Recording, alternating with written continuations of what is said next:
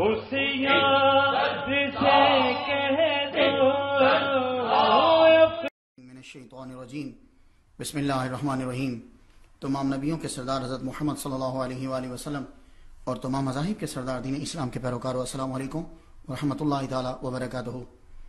اس لیے کہ آج پوری دنیا کے اندر، چائنا میں، افریقہ کے ممالک میں، انڈیا کے اندر، پاکستان میں 11 ربیع الثانی کو حضرت عبدالقادر جیلانی رحمہ اللہ تعالیٰ کا دن جو ہے وہ منایا جاتا ہے اور ان کو ایصال ثواب کیا جاتا ہے اور ان کی تعلیمات جو ہیں وہ لوگوں کو بتلائی جاتی ہیں۔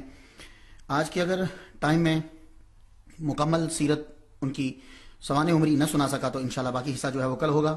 خواتین حضرات سماعت فرمائیں اس ہستی کے بارے میں کہ چائنا جیسے ملک کے اندر بھی جس کے ڈسائپل اور قادریہ سلسلے کے لوگ موجود ہیں اور وہاں بھی ان کا پیغام جو ہے وہ پہنچا، انہوں نے اسلام، ان کے ڈسائپل نے اسلام وہاں بھی پہنچایا۔ یہ حضرت شیخ عبدالقادر جیلانی الحسنی والحسینی رحمہ اللہ تعالی 470 ہجری میں پیدا ہوئے اور 561 ہجری کے اندر آپ دنیا سے رخصت ہوئے۔ ایک لفظ ہے عشق۔ اگر آپ عشق کو علم ہندسہ میں لے کر جائیں آپ تو عین کے 70 اور شین کے 300 بنتے ہیں اور قاف کی طاقت جو ہے وہ 100، ان کو ملائیں تو 470 بنتا ہے۔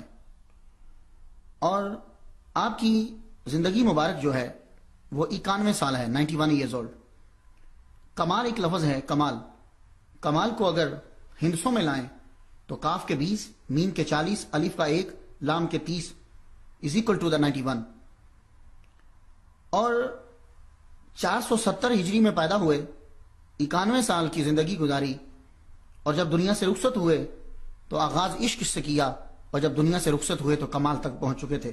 470 اور 91 کو آپس میں جمع کریں تو 561 بنتا ہے، تو 561 میں آپ دنیا سے رخصت ہوئے۔ آپ قصبہ جیال میں پیدا ہوئے، ایران کے ایک صوبے، اس کو گیلان بھی کہتے ہیں، عربی میں جیلان کہتے ہیں۔ گیلان کے قصبہ نیف کا ایک خدا پرست ولی کامل اور متقی ابو صالح موسیٰ جنگی دوست رحمہ اللہ رہا کرتے تھے۔ عالم شباب میں وہ عالم تھا کہ دیانت تو تقوی میں اس درجے تک کم ہی لوگ پہنچتے ہیں۔ آپ نے 3 روز سے کچھ نہ کھایا تھا۔ عصر کا وقت ہے، دریا کے کنارے چل رہے ہیں کہ بہتا ہوا سیب آیا، آپ نے پکڑ لیا کہ کھا لیں۔ کھایا تو خیال آیا مالک کی اجازت کے بغیر کھایا ہے، قیامت کو پوچھ گچھ ہوگی تو کیا جواب دوں گا؟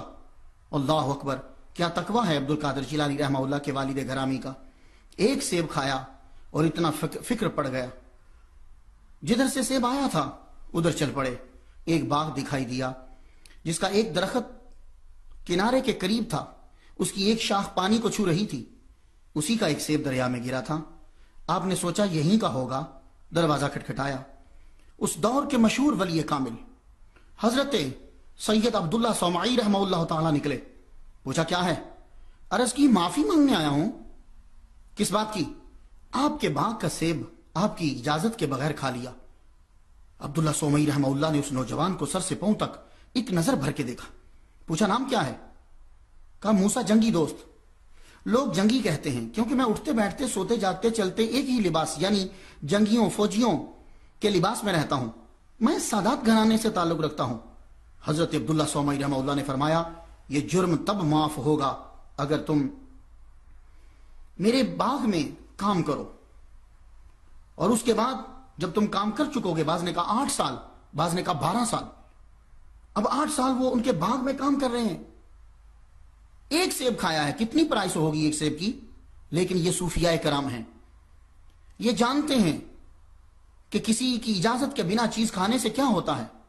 ایک سیب کے بدلے میں 8 سال اس باغ کی رکھوالی کرنے کے لیے راضی ہو گئے، اور جب 8 سال گزر گئے تو کہا حضور اب دوسری شرط بتا دیجئے، میرا سیب والا جرم معاف ہو جائے۔ کہنے لگے اب دوسری بات یہ ہے کہ تم میری بیٹی سے شادی کرو، اور یہ یاد رکھنا میری بیٹی اندھی ہے، گونگی ہے، ہاتھ نہیں ہے، ٹانگیں بھی نہیں ہیں، تو میں تجھے معاف کر دوں گا۔ تھوڑی دیر کے لیے سوچا، بتائیے آج کے دور میں ایسا ہو سکتا ہے کہ وہ کہے گا جناب یہ لے سیب کے پیسے لے لیجئے، ایک سیب نہیں آپ 3-4 کلو سیب کے پیسے لے لیجئے، لیکن میں ایسا نہیں کر سکتا۔ لیکن یہ صوفیاء کرام ہیں.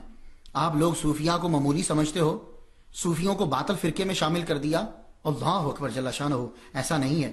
ایک سیب کی فکر ہے تو کہنے لگے، تھوڑی دیر سوچا، قیامت کا فکر حاوی ہوا، اقرار کر لیا. فوراً خانقاہ عالیہ میں اعلان کروایا کہ آؤ اشتہاریاں کرو. نکاح ہوا. آپ زوجہ کے کمرے میں گئے، ہاتھ منہ سلامت نظر آئے، ایک دم سے مڑے. زوجہ نے آواز دی، ٹھہریے، آپ ہی میرے خاوند ہیں، آپ کا نام موسیٰ ہے. آپ اور ڈرے، یہ تو دیکھتی بھی ہے، یہ میری زوجہ نہیں ہے. دروازے تک پہنچے، باہر نکل آئے. آگے ملاقات ہو گئی، سسر جی سے ملاقات ہوئی. بیٹے خیریت ہے؟ سر آپ کی بتائی ہوئی علامات کے الٹ پایا ہے. آپ نے فرمایا، بیٹے وہی میری بیٹی ہے. پھر وہ جو آپ نے کہا تھا اس کا کیا مطلب؟